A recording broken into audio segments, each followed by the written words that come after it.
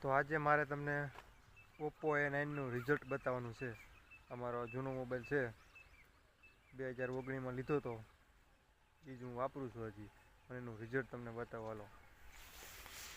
જો આ સુરત દાદા ઉગી ગયા છે, અને આઈફોનમાં આવું રિઝલ્ટ આવે, બરાબર છે. સુરત દાદા આખા લાલ થઈ ગયા. જો અત્યારે મેં ઝૂમ કરી નાખ્યું, આવું ફૂલ ઝૂમ. જો આ ફૂલ ઝૂમ જોઈ લ્યો. આમાંથી જ હું વિડીયો ઉતારું છું. જો આમ કરીશ એટલે લાઈટ ફારફેર દેખાય તમને. હવે આ બાજુ જુઓ તમે, જો ઓલી ધાર હાવ નજીક આવી ગઈ. જો આ ઓપ્પો A9નું રિઝલ્ટ છે મિત્રો. કેટલી આઘી એટલી આઘી છે. હવે આ ધાર આપણે પાસે લઈ લઈ.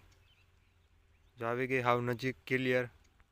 એની માથે ઝાડવા છે, ટાવર છે, થાંભલો. જો અહીંયા બાજુમાં બધું દેખાય છે, હાઈ ક્લાસ.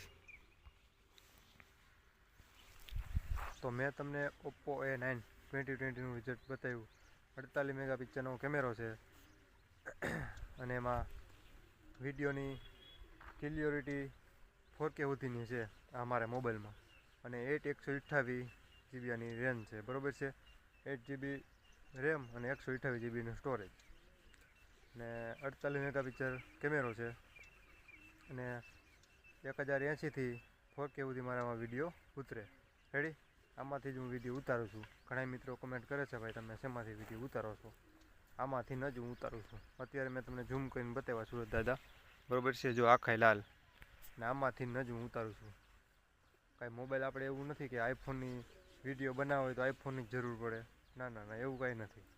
અત્યારે વિડીયો બનાવવા માંડો અને મહેનત કરવા માંડો. તો ફરી પાછા આપણે નેક્સ્ટ વ્લોગમાં મળીએ. Bye bye.